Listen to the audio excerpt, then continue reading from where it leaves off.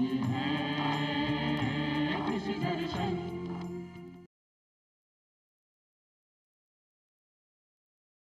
कि आज के कार्यक्रम में बीज उत्पादन से लेकर हम बहुत सारी जानकारी आपके साथ साझा करने जा रहे हैं।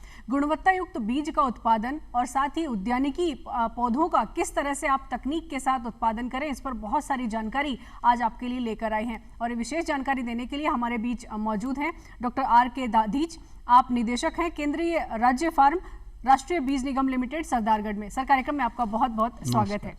सर, वैसे तो राष्ट्रीय बीज निगम का बहुत अहम योगदान है गुणवत्ता युक्त बीज के उत्पादन में भी और बहुत सारा रिसर्च और शोध में, लेकिन गुणवत्ता युक्त बीज को सबसे पहले समझना बेहद ज़रूरी है। किसानों के मन में ये भ्रांति हो सकती है कि जो प्रमाणित बीज लेते हैं वही गुणवत्ता युक्त बीज है या फिर कोई अलग गुणवत्ता युक्त बीज हो सकता है। इस पर मैं जानकारी लूँगी, लेकिन किसान साथियों को फ़ोन नंबर मैं पहले बता देती हूँ।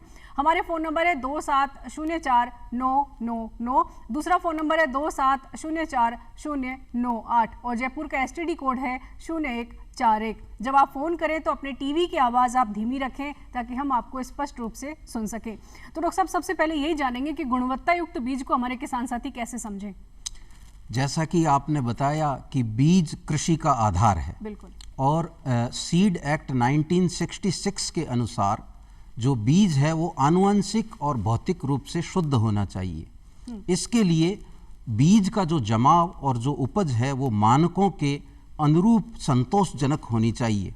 साथ ही जो हमारा बीज है वो खरपतवार से, कीट से और रोग से मुक्त होना चाहिए। और बीज का जो बैग है उसके ऊपर एक टैग लगा होता है, उस टैग के ऊपर जमाव सहित संपूर्ण जानकारी होती है। इसलिए किसान भाइयों से मेरा अनुरोध है कि जब भी वो बीज की खरीद करें तो एक तो बिल अवश्य लें और उस बैग पर लगा हुआ टैग अवश्य देखें, जिससे कि वो गुणवत्ता युक्त बीज उपयोग में ला सके। अच्छा, जिस टैग का आप जिक्र करें उस टैग की पहचान कैसे करें, क्योंकि टैग तो कई रंग के आते हैं, कई तरह के टैग लगे होते हैं, किसान साथी कई बार भ्रमित भी हो जाते हैं, तो वो कैसे पहचाने कि ये गुणवत्ता युक्त बीज होगा। जैसा कि मैंने बताया कि सीड एक्ट 1966 के अनुसार बीज 3 प्रकार के होते हैं, प्रजनक बीज, आधारीय बीज और प्रमाणित बीज। जो आधारीय बीज हैं वो प्रजनक बीज की संतति है एवं प्रमाणित बीज जो हैं वो आधारीय बीज की संतति है। और जो प्रजनक, आधारीय और प्रमाणित बीज हैं उनके ऊपर क्रमशः गोल्डन येलो, वाइट और अजर ब्लू रंग के टैग लगे होते हैं जी। और किसान भाइयों को ये अवश्य ध्यान देना चाहिए कि वो कौन सा बीज इस्तेमाल कर रहे हैं, उस टैग को देखें और उस टैग पर लिखी हुई जानकारी को पढ़ने के बाद में ही वो बीज करें। इसके अलावा 2 प्रकार के बीज और होते हैं। यह जो 3 बीज मैंने बताए वो बीज प्रमाणीकरण संस्था जो राज्य के अंदर होती है उसके द्वारा प्रमाणित किए जाते हैं, जबकि जो न्यूक्लियस बीज है वो उस प्रजाति के जो प्रजनक है उनके द्वारा उनके ही संस्थान में तैयार किया जाता है।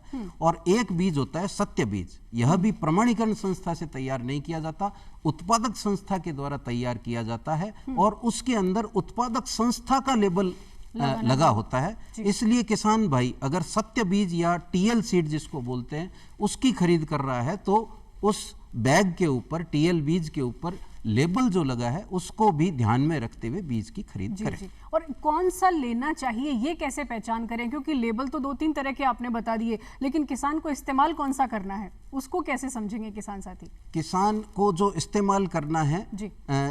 जो वो जानकारी जैसे NSC के अधिकृत बीज विक्रेता के पास किसान भाई जाता है तो हमारे जो तकनीकी अधिकारी हैं वो समय समय पर बीज विक्रेताओं की संगोष्ठी करते हैं और जो किसान भाई हैं उनको भी हम समय समय पर जो भी कृषि एवं किसान कल्याण मंत्रालय भारत सरकार की विभिन्न योजनाएं हैं उनके माध्यम से गुणवत्ता युक्त बीजोत्पादन का प्रशिक्षण भी देते हैं। जी। उसके अनुसार संबंधित जो बीज विक्रेता है जिस पर वो NSC का बीज लेने के लिए किसान भाई जाता है तो वो वहां जाकर उसकी जानकारी देकर उस बीज को और कहने का मतलब ये जो खरीद आपकी सकता है। जानकारी आप दे रहे हैं उससे एक बात निकल के आ रही है कि जो बीज किसान साथी को लेना है गुणवत्ता युक्त बीज, वो वहीं से खरीदे जहां से राष्ट्रीय बीज निगम लिमिटेड के पंजीकृत जो विक्रेता हैं वहां से बीज खरीदे, ताकि गुणवत्ता युक्त बीज उन्हें मिल सके। और एक बिल जो है, बिल अवश्य लें उसका। जो भी जहां से भी खरीद रहे हैं उसका बिल अवश्य लें, ताकि कोई अगर कमी होती है, कोई नुकसान होता है तो वो बात कर सके। एक भ्रांति और किसानों में रहती है कि अनाज और बीज, इन दोनों में वो डिफरेंस नहीं कर पाते हैं कि जो अनाज का उत्पादन लिया है उसी को बीज में इस्तेमाल कर सकते हैं या बीज अलग होता है। तो ये अनाज और बीज में भी क्या अंतर होता है? बिल्कुल, जैसा कि मैंने अभी बताया कि बीज जो होता है वो आनुवंशिक और भौतिक रूप से शुद्ध होना चाहिए। आमतौर पर क्या होता है कि किसान भाई जानकारी के अभाव के अंदर जो अपने खेत के अंदर उत्पादित किया हुआ अवशेष जो दाने हैं उसको बीज समझकर बिजाई के अंदर प्रयोग करते हैं, जिससे क्या दिक्कत आती है कि जो बीज अगर अपन ने गलत लगा दिया है उसके ऊपर जो अन्य आदान है, उदाहरण के तौर पर जैसे उर्वरक हैं, जैसे सिंचाई है, उस पर खर्चा लगेगा, लेकिन जो बीज समझकर किसान के द्वारा दाने बीजे गए हैं वो बीज तो नहीं थे, इसलिए उसका जो जमाव है या उसकी जो उपज है वो संतोषजनक नहीं आती है, तो किसान को आर्थिक नुकसान उठाना पड़ता है। अगर अपन राजस्थान की बात करें तो राजस्थान के अंदर जो बीज प्रतिस्थापन दर है, SRR जिसको अपन बोलते हैं, वो लगभग 20% है। यानी जितना बिजाई किया गया बीज है उसमें से क्वालिटी बीज मात्र 20 किलो, अगर 100 किलो किया गया है सारा बीज तो उसमें से 20 किलो है, जो कि बहुत कम है। इसके लिए NSC के सामने यह चुनौती है कि किस प्रकार से इस SRR को बढ़ाया जाए, और इसके लिए NSC प्रयासरत है। और किसानों और फार्मर्स प्रोड्यूसर ऑर्गेनाइजेशन FPO का समय समय पर प्रशिक्षण कार्यक्रम भी क्वालिटी सीड प्रोडक्शन के लिए NSC के द्वारा करवाया जाए। जी, एक और बात है कि जैसे किसान साथी अगर गुणवत्ता युक्त बीज का उत्पादन कार्यक्रम लेना चाहते हैं, बीज उत्पादन कार्यक्रम, तो फिर क्या प्रक्रिया होती है? क्योंकि अगर किसान साथी के पास ये जानकारी पहुंच गई है कि गुणवत्ता युक्त बीज लेना है तो उसके मन में ये भी आएगा कि क्यों ना मैं बीज विक्रेता बनूं आगे चलकर। तो वो बीज उत्पादन कार्यक्रम से अगर जुड़ना चाहता है तो फिर NSC का क्या योगदान है? NSC की स्थापना 1963 के अंदर कृषि एवं किसान कल्याण मंत्रालय भारत सरकार के द्वारा देश के अंदर गुणवत्ता युक्त बीज की आपूर्ति किसानों को हो सके इसके लिए की गई थी। और वर्तमान के अंदर जो NSC है वो लगभग 78 फसलों जिसके अंदर दलहन, तिलहन, सब्जी है और चारा है, रेशा है, उन सब की लगभग 567 प्रजातियों का उत्पादन अपने पूरे देश के अंदर जो है 11 रीजनल ऑफिसेज, 48 जो है क्षेत्र कार्यालय और 4 बीज परीक्षण प्रयोगशालाएं, 1 DNA फिंगरप्रिंट प्रयोगशालाएं, 2 सब्जी बीज विधायन केंद्रों एवं अपने 11,600 पंजीकृत किसानों एवं 3,300 पंजीकृत बीज विक्रेताओं के माध्यम से क्वालिटी सीड देश के किसान तक पहुंचाने का कार्य कर रहा है। बहुत अहम जानकारी यहाँ पर मैं किसान साथियों को ये जानकारी देना चाहूंगी कि जिस तरह से डॉक्टर साहब बता रहे हैं, गुणवत्ता युक्त बीज की कम से कम राजस्थान में तो कोई समस्या नहीं होनी चाहिए, क्योंकि लगभग हर जिले में इनका जो नेटवर्क है वो वहां पर अवेलेबल है। आप इनसे संपर्क करके और बहुत सारा गुणवत्ता युक्त बीज प्रशिक्षण कार्यक्रम भी ले सकते हैं, जुड़ भी सकते हैं और खुद भी गुणवत्ता युक्त बीज के विक्रेता भी आप बन सकते हैं। बस जानकारियां आपको लेनी है, व्यवस्थाएं सारी मौजूद हैं, एक कदम आपको आगे बढ़ाने की जरूरत है। डॉक्टर साहब, एक बात यहाँ पर जानना चाहूंगी, पात्रता क्या होगी? मान लीजिए कोई किसान बीज उत्पादन कार्यक्रम से जुड़ना चाहता है तो वो पात्रता क्या है किसान की? जो भी किसान भाई, क्योंकि मैं यहाँ ये कहना चाहूंगा कि यह एक चुनौती भरा मेहनत का एवं जिम्मेदारी पूर्ण कार्य है बीज पैदा करना, क्योंकि किसान के द्वारा पैदा किया हुआ बीज ही जो है अन्य किसानों के खेतों में उगने वाला होता है। इसलिए अगर अपन राजस्थान की बात करें तो हमारा जो क्षेत्रीय कार्यालय है वो चोमू हाउस जो है सरदार पटेल मार्ग पर स्थित है, एवं हमारी वेबसाइट है www.indiaseeds.com। उसके ऊपर भी किसान भाई एवं फार्मर्स प्रोड्यूसर ऑर्गेनाइजेशन संपर्क कर सकते हैं। इसके अलावा 7 जगह पर राजस्थान के अंदर, जिसमें जोधपुर है, भरतपुर है, अजमेर है, चित्तौड़गढ़ है, कोटा है और ये अपना सूरतगढ़ है और उदयपुर है, वहाँ पर हमारे क्षेत्र कार्यालय हैं। और हमारी वेबसाइट पर सभी क्षेत्र कार्यालयों के रीजनल ऑफिसेज के मोबाइल नंबर हैं, उन पर आप संपर्क करते हुए हमारे अधिकृत पंजीकृत किसान भाई बन सकते हैं जी। उसके बाद में उनके जो भी जमीन के दस्तावेज हैं उनके माध्यम से प्रगतिशील किसानों का हम जो है बीज प्रमाणीकरण संस्था के अंदर पंजीकरण करवाते हैं जी। और जो हम इस बात का विशेष ध्यान रखते हैं क्योंकि यह साधारण फसलोत्पादन नहीं है, बीजोत्पादन है, इसमें किसान को मेहनत पड़ती है, जिम्मेदारी का कार्य है। इसलिए कृषि एवं किसान कल्याण मंत्रालय भारत सरकार के माध्यम से NFSM एंड NMOP जैसी जो विभिन्न सब्सिडी की योजनाएं हैं उनको दृष्टिगत रखते हुए एवं NSC की जो उपार्जन पॉलिसी है एवं जो मिनिस्ट्री का जो एनुअल एक्शन प्लान है उसमें जो बीज की मात्रा है उसके अनुसार जो मंडी रेट है उसका अधिकतम के साथ में हम इंसेंटिव भी देते हैं, किसान भाइयों को बैग रिबेट भी देते हैं, इसके अलावा परिवहन रिबेट भी देते हैं एवं उनको जो भी देय सुविधाएं हैं गवर्नमेंट की तरफ से वो दी जाती है, जिससे से ज्यादा किसान जो है गुणवत्ता युक्त बीजोत्पादन NSC से जुड़कर कर सके। इसकी घर बैठे जानकारी किसान साथी ले सकते हैं। जैसा डॉक्टर साहब बता रहे हैं, इनकी वेबसाइट है, उस वेबसाइट पर आप जाइए, आपको तमाम जानकारियां जो भी आपको बीज उत्पादन कार्यक्रम से जुड़ी हैं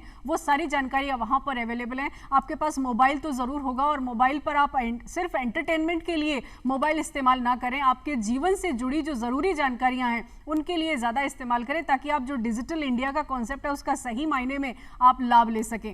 एक बात और यहां पर जानना चाहेंगे कि FPOs जो गठित हो जाते हैं तो क्या FPOs भी जुड़ सकते हैं बीज उत्पादन कार्यक्रम के लिए आपके साथ? बिल्कुल, और FPO जो भी हैं, फार्मर्स प्रोड्यूसर ग्रुप हैं या जो ऑर्गेनाइजेशन है, वो जो मैंने राजस्थान के अंदर बताया, पूरे देश के अंदर हमारे 48 क्षेत्र कार्यालय हैं और 11 हमारे क्षेत्रीय कार्यालय हैं। तो उन कार्यालयों में हमारे उत्पादन केंद्र भी हैं, 30 उत्पादन केंद्र हैं पूरे देश में। उनमें संपर्क करते हुए FPO हमारे से जुड़ सकते हैं एवं NSC के द्वारा समय समय पर गुणवत्ता युक्त बीजोत्पादन की संपूर्ण जानकारी FPOs को कार्यक्रमों के द्वारा दी जाती है, जिससे वो अच्छा से अच्छा बीजोत्पादन कार्य कर सके। जी, एक सवाल मेरे जहन में आ रहा है डॉक्टर साहब, जैसे किसान साथी ने बीज उत्पादन कार्यक्रम ले लिया तो उसके बाद उसका पोषक तत्व प्रबंधन और प्लस गुणवत्ता का नियंत्रण, ये दोनों सबसे अहम है, क्योंकि मानकों के अनुसार अगर उत्पादन नहीं हुआ तो वो उसका पंजीकरण नहीं होगा, उसका बेनिफिट नहीं मिलेगा। तो इसका कैसे वो निगरानी कैसे करें, जैसे फसल का उत्पादन हो रहा है उस वक्त में उससे कैसे ध्यान रखना, चाहे वो पोषक तत्व प्रबंधन हो या फिर गुणवत्ता नियंत्रण हो, इन दोनों का कैसे विशेष ध्यान रखें?